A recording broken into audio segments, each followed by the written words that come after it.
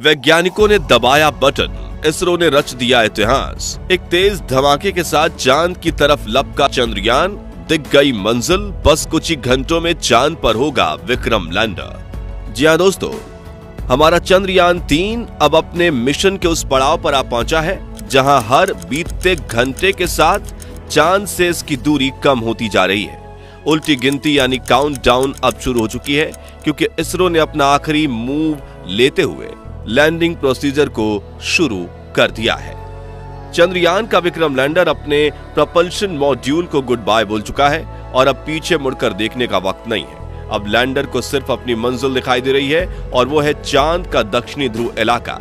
लेकिन आगे का सफर इतना आसान भी नहीं होने वाला जितना हम लोग सोच रहे हैं, क्योंकि अब वो घड़ी आ गई है जिसमें हमारा चंद्रयान 2 फेल हुआ था। इसी के चलते इसरो के कमांड सेंटर में बैठे वैज्ञानिकों की चिंता डबल हो गई है। तो आखिर वैज्ञानिक इस मिशन को लेकर अभी भी चिंता में क्यों है? चंद्रयान अभी इस समय कहां पर है और आगे इसे और कौन कौन सी चुनौतियों का सामना करना है, जानने के लिए वीडियो को अंत तक जरूर देखिएगा।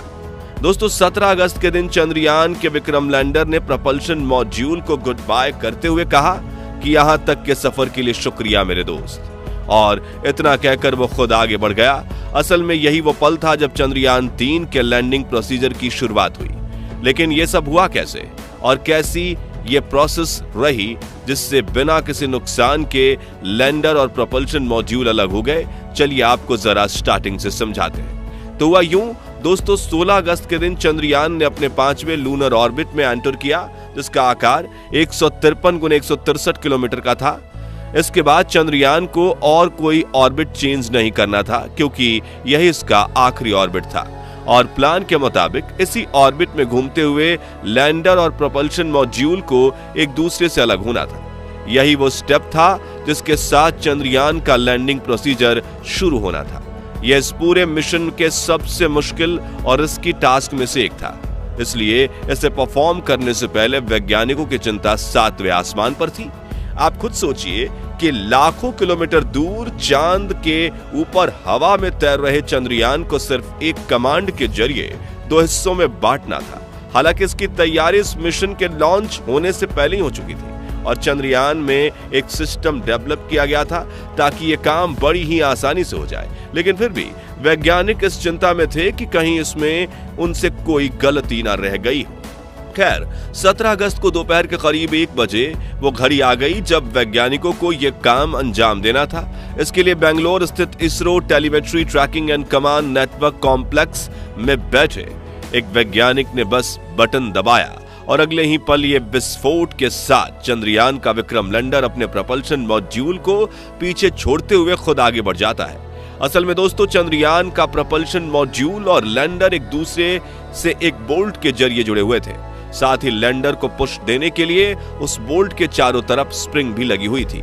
तो हुआ ये कि वैज्ञानिकों ने पूरी प्लानिंग के साथ एक छोटा सा विस्फोट किया, जिससे वो बोल्ट कट गया और चंद्रयान के दोनों हिस्से एक दूसरे से अलग हो गए। अब जैसे ही बोल्ट कटा तो उसके साथ ही उसके चारों तरफ लगी स्प्रिंग स्प्रेड होकर खुल गई और उनके धक्के से लैंडर को वो पुश मिला, जिसकी मदद से वो प्रपल्शन मॉड्यूल को पीछे छोड़कर खुद आगे बढ़ गया। यही वो पल था जब लैंडर मॉड्यूल में लगे आई सिस्टम ने यहां तक के सफर के लिए प्रपल्शन मॉड्यूल का शुक्रिया अदा किया और इसी के साथ चंद्रयान का लैंडिंग प्रोसीजर भी शुरू हो गया।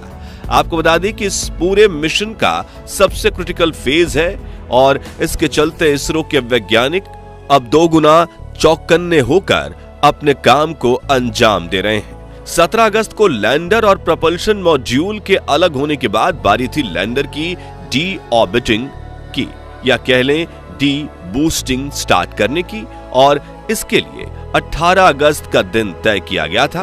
तो प्लान के अनुसार इसरो वैज्ञानिक ने शाम को 4 बजे के आसपास लैंडर मॉड्यूल में लगे इंजन चालू किए और विपरीत दिशा में फायर करते हुए लैंडर को थोड़े से नीचे वाले ऑर्बिट में धकेल दिया। यहाँ गौर करने वाली बात यह है कि डीबूस्टिंग करने से पहले लैंडर और प्रोपल्शन मॉड्यूल दोनों ही एक ही कक्षा में लेकिन एक दूसरे से अलग होकर चक्कर लगा रहे थे। अब लैंडर मॉड्यूल अपने ऑर्बिट को और ज्यादा छोटा करते हुए आगे बढ़ चुका है, जबकि प्रोपल्शन मॉड्यूल अभी भी चांद की 5वीं कक्षा में चक्कर लगा रहा है। अब आप में से काफी सारे लोगों के मन में यह सवाल आ रहा होगा कि लैंडर तो चलो चांद की सतह पर उतरने के लिए आगे बढ़ गया, लेकिन प्रपल्शन मॉड्यूल का क्या होगा? क्या इसका काम सिर्फ यहीं तक था या इसरो इसे अभी किसी और काम में लेने वाला है? तो दोस्तों, आपको बता दें कि प्रपल्शन मॉड्यूल आने वाले कई सालों तक इस कक्षा में इसी तरह चक्कर लगाता रहेगा, लेकिन इसकी ये मेहनत वेस्ट नहीं जाएगी, बल्कि इसरो इसकी मदद से कई तरह के रिसर्च कामों को अंजाम देगा। दरअसल इसरो ने प्रपल्शन मॉड्यूल में the spectropolarimetry of habitable planet Earth, जिसे शॉर्ट में शेप नाम दिया गया है, उस पेलोड को डाला हुआ है और इसकी मदद से पृथ्वी के चारों ओर मौजूद हवा का अध्ययन किया जाएगा। साथ ही ये इस चीज पर भी रिसर्च करेगा कि हवा में बादल कैसे बनते हैं और लाइट उन बादलों पर कैसे टकराती है। इस रिसर्च से पृथ्वी जैसे दूसरे हैबिटेबल प्लैनेट्स को खोजने में मदद मिलेगी, यानी प्रपल्शन मॉड्यूल अभी काफी समय तक हमारे लिए बहुत ज्यादा काम आने वाला है। इसरो की यही तो खासियत है कि ये किसी भी चीज को वेस्ट नहीं करते और मिशन में शामिल छोटी से छोटी चीज का भी एक पर्पस सेट किया जाता है। अब वापस चंद्रयान पर आए तो इसरो ने डी बूस्टिंग स्टार्ट करके विक्रम लैंडर को नीचे उतारने की प्रक्रिया शुरू कर दी है और इस समय चांद की सतह से ये 100 किलोमीटर से भी कम दूरी पर है। अब आगे इसरो इसी तरह धीरे धीरे डी बूस्टिंग करता जाएगा और जब सतह से इसकी दूरी लगभग 400 मीटर यानी आधा किलोमीटर से भी कम रह जाएगी, तब लैंडर अपनी लैंडिंग साइट को आइडेंटिफाई करेगा और एक बार जगह मिलते ही ये उसकी तरफ बढ़ जाएगा। असल में दोस्तों, इस समय हमारा Chandrayaan Vikram lander lunar surface की तरफ उसकी ग्रेविटी की मदद से नीचे गिर रहा है और इसके बूस्टर्स विपरीत दिशा में फायर करके इसके नीचे गिरने की गति को धीमा कर रहे हैं। साथ ही इनकी मदद से लैंडर को स्टेबल भी रखा जा रहा है और साइंस की भाषा में इसे सॉफ्ट लैंडिंग कहते हैं, क्योंकि इसरो अगर चाहे तो वो अपने बूस्टर्स को फायर किए बिना चंद्रयान को ऐसे ही नीचे गिरने दे सकता है, लेकिन इस तरह की लैंडिंग को हार्ड लैंडिंग कहा जाता है और इसमें लैंडर पूरी तरह से नष्ट होने का खतरा रहता है, जैसा कि पिछली बार हमारे चंद्रयान 2 के साथ हुआ था। हालांकि हम उसको भी सॉफ्ट लैंडिंग ही कराना चाहते थे, लेकिन कुछ तकनीकी खराबियों की वजह से क्रैश हो गया। अपनी उन्हीं गलतियों को सुधारते हुए इसरो ने 4 साल बाद अपना चंद्रयान 3 मिशन लॉन्च किया है, जो अब अपनी मंजिल के बेहद करीब पहुंच चुका है। आपको बता दें कि लैंडिंग सॉफ्ट हो यह सुनिश्चित करने का काम वैज्ञानिकों से ज्यादा लैंडर में लगे ऑनबोर्ड कंप्यूटर सिस्टम और उसके बिल्ट इन एआई का है। जी हां, इस समय विक्रम लैंडर किसी इंसान की कमांड पर नहीं बल्कि अपने खुद के कंप्यूटर सिस्टम या कहें ऑटो पायलट मोड पर आगे बढ़ रहा है। ऐसा इसलिए क्योंकि पृथ्वी से लाखों किलोमीटर दूर एक्चुअल हालातों का अंदाजा चंद्रयान जो खुद लगा सकता है वो वैज्ञानिक नहीं लगा सकते। और मान लो वैज्ञानिक को किसी खतरे का अंदाजा हो भी गया तो जितनी देर में पृथ्वी से भेजी गई कमांड चांद तक पहुंचेगी, इतने में तो लैंडर का काम तमाम हो चुका होगा, क्योंकि सिग्नल को पहुंचने में भी कुछ सेकंड्स का टाइम तो लगता ही है। इसलिए मिशन के अंतिम पड़ाव में लैंडिंग का सारा काम ऑटोमेटेड रखा गया है ताकि विक्रम लैंडर का एआई तुरंत एक्शन लेते हुए खुद से फैसले ले सके। और दोस्तों, ये एआई इतना स्मार्ट है कि इसे आप बिल्कुल वैसा ही समझ सकते हैं जैसे लैंडर में एक इंसान यानी एक एस्ट्रोनॉट बैठकर उसको कंट्रोल कर रहा है। सबसे ज्यादा गर्व की बात यह है कि वैज्ञानिकों ने ये सब कुछ, ये सारी मशीनरी खुद भारत में ही बनाई है। तो अब आप ये बताइए कि चंद्रयान के चांद पर लैंड करने को लेकर आप कितने ज्यादा उत्साहित हैं?